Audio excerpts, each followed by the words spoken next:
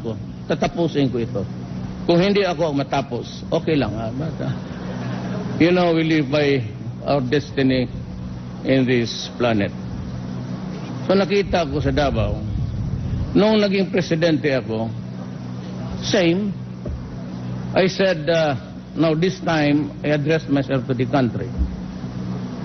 Yung lumaban sa, no, you know, the first 6 weeks ng assumption ko sa office, hindi amin yun. Hindi sa gobyerno yun. Hindi kami magbabalot ng tao ng plastic. We are not producing mummies. Sa Egypt lang yun. Those were tortures. And if you are a government man, why would you waste your time wrapping a carcass there for nothing? If you want a drug, don't shoot him dead. Why do you have to waste your time? Actually, it was done.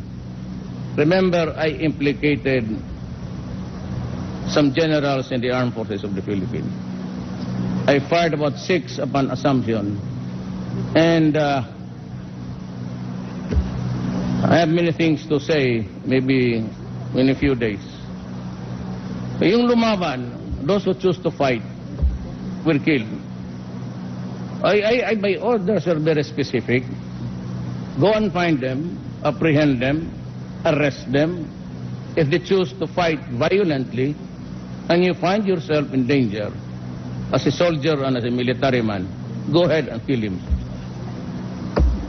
That is what, that's the law. I was all along using the law. And why would these idiots now crucify me by saying, if you destroy my country, I will kill you? Find any other national of any country would find something wrong in that statement. And as I said, that if you destroy the youth of my land, I will kill you. There is no law at all. Not even the United Nations. And ang masakit dyan, they kept on threatening me. Most of them were outside. And always they would say, we will bring you to the International Court of Justice. So how stupid can you get? The one saying it, the United States of America, is not even a signatory of the International Criminal Court. Then why are you using a term in the charter of an organization of which you are not a member? And what about killing? I said early on it was the purging and the cleansing. Then came those who chose to fight. But yung mga tao na tumago at naghintay ng opportunity for a rehab or something good along the way, baka may makukuha sila, yun yung dadating dito. Those who choose to fight it out, made a stand, they are there in the memorials and cemetery. I am sorry for them. But I will not hesitate to do whatever it is necessary to save my country. Sabihin ko sa inyo, even if I will rot in prison, so be it. Yan na lang ang pinaka-contribute ko sa, wala naman akong ibinigay sa bayan ko. I am not with credentials. I finished kindergarten to, I never got beyond the 7, 75, 76, 77, 75, 76.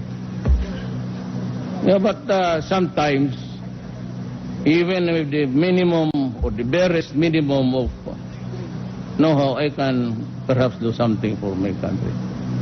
But, no. Pumasok kayo sa ibang bagay, wag dito. Putang ina, talagang papatayin ko kayo. Kaya mo yan sila,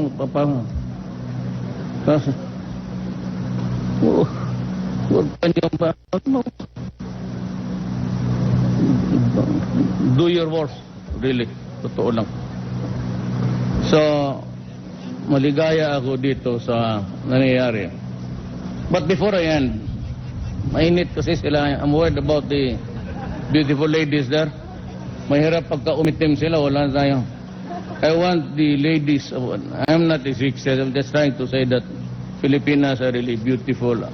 I do not want to see you in one of these days. And then, magkano ang sabi ni Mr. Wang? 1.5 billion? Okay. This is what we have lost and what the drug lords have invested to destroy this country. At 200 per tondo price. That's about 6,000 a month. Correct? Times, wag yung aking 1 million. Yung 3 million muna ni General Santiago nung pwede yan noon. 3 million yung bilang niya eh. Kasi ako hindi pa ako tapos. At the end of the year, I might reach the million mark also. So, 3 million. So, that is times 3 million. That's, 6 times 3 million, 3 million, that would be 18 billion a year. Times 12, a month, rather. Times 12, that is 216 billion.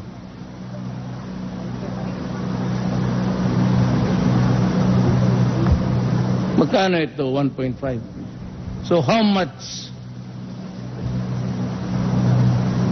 Kaya maraming property, mga hotel, barko, lahat na nandyan sa kanila.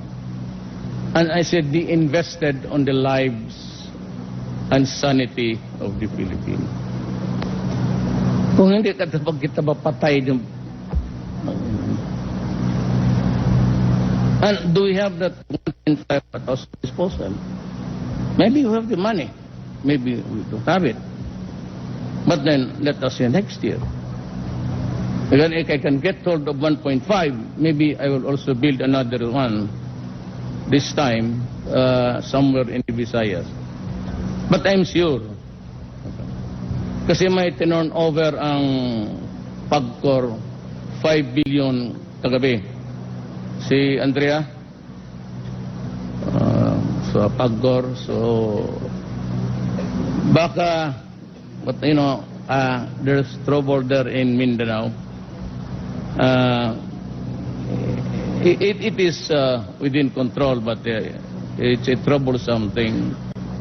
So I have to fly tomorrow to go to yung advance party ko na belonging to the Presidential Security Group na ambush pa kanina. Tinamaan ng IED. But I'm going there. I'm going there because I'm just simply going there. The advice was to postpone. I said, no, I'll go there. And if possible, take the same route. Maybe we can have a little gunfight here, gunfight there. Exercise, baka. Kung hindi ako lulusot, nandiyan naman. That's why we have a Vice President, Leni Robredo. Then we can have a gentle President also. In exchange for the discourteous mouth. Ano ganito lang talaga. Ako. Pero, what else can I do? I was trying to explain to everybody that I do not have the money, that I entered the presidency midterm, that I'm having a hard time coping up. Kasi, ang droga, ngayon, there's a better atmosphere in our place. In Davao City, napunta naman kayong lahat. Apparently, all of you have been there. It's a peaceful place. So, bakit? Because I stood my ground. I said, you stay here, I'll kill you. You do not go out of the city, I will kill you. Those who are out of my city are now here in Nueva Ecija doing their thing. At least dito sa siyudad ko, you can go around anytime.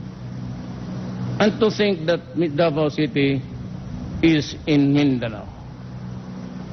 Well, except for the rebellion, which is a pestering problem, I really would say that were it not for this, maganda na sana tayo. But we can never move. Now, let me remind you again, per my observation, we cannot have a peaceful country as, you know, if you do not agree to a federal setup. Ako, ayaw kong magpilit ng tao. Ay, para sa akin, good. Ayaw mo, di wag. I'm just a Filipino. As long as you do not bother me, fine. Ang problema, ang Mindanao mismo, ang Dimoro people will go for it at all costs. Remember that the Moro was ahead of us by almost 1,000 years because they are the natives there when the Spaniards and the Americans went there to conquer the island. So, if I may correctly describe it actually, it's the Moro nationalism that's at work. Yung pagkamuro nila na ninagaw mo karamihan ng mga Kristiyanos yung lupa nila, the choices, the real estate there, lahat ng magaganda belongs to the Christians. Kaya may rason eh. But if we do not compromise here, wala tayong that's the barest minimum that they are asking. If I were you, I'd listen to the speaker here. Ponder on it, sleep on it, and maybe decide one day that they too must have a better deal in the governance. Pag hindi, paningin ko, wala talaga. And I have, wala na tayong away ngayon. We do not have to fight the NPAs. They are probably here, nandito yung nakikinig. Bakit siguro dyan sa likod. Yung naka-blue dyan, may kilala kayo lahat dyan, o? May isa talaga, dalawa, NPA dyan. Jesus! Wala naman tayong away. So, you know, I can pour all the troops there. When I was 4 days ago, I was in Polo. Ito ba naman ang tanong sa akin ng media? This is the 6th time that you have visited the place. You are donning medals. Hanggang dito ka na lang ba? You know, there's really no problem. I can order the invasion of Hulo and give the order the last man standing. I can burn Hulo. I can burn Basilan. Bomb everything there. Lahat na bahay makita ko. With the howitzers and the... But what would it bring us? If you think that I will wipe out humanity there, we will at last enjoy the blessings of peace. What you will get in return will be terrorism. And mind you that Maote there, who is fighting the government troops now, and there's a raging battle going on. And I said, yung advance party ng security ko, pinutok ng IED. I have to go to the hospitals to visit them tomorrow. That's why I have to go home tonight. I have to fly back. Yun ang kasama rin ang the Reds. Mabutit na lang yan nagkapaghinga na tayo. Nag-uusap na tayo. At least there's a respite. For the nonce, we can rest. There's no doubt about it. I can fight the whole year round. May pera ang gobyerno, may taxes eh. But for how long? And at what cost? So, kayong nakakaintindi sa akin, you're too near the left, you're too near with Ms. Wari. But of course, I never liked it, but when I became vice mayor of Davao City, he went around Mindanao strutting with firearms. So I said, no, you cannot enter my city with arms. It's simply not... So nakaintindihan kami, we are fast friends. And we are talking. I have mga misgivings siya. What if we cannot find peace now, then I'll give it to the next president. Do better. But do not concede more than what you can really give. For example, yung gusto nila na they want again they repeated it before me, itong they would want a parang regional armed forces pati police. So that's something which I cannot give. Those are the things that cannot be negotiated. They want a federal type presidency, fine. But the commander-in-chief and the control of the police and the military shall always be in the hands of the president. But those are the nitty-gritty things in life. In the meantime, we savored the moment that Mr. Huang has traveled away, all the way from his homeland to share his money. And I would like to thank everybody dito. You know, the PDL chief, the one who succeeded is former General Sid La Peña. He used to be my city police director. And everybody else, mga kasama ko, those yung mga nakilala ko. And I said, there'll be no compromising. The only compromise dito, I'll go now, but the only compromise that is acceptable to me is you surrender. If you continue, said, you might end losing not only your funds but your life. Because the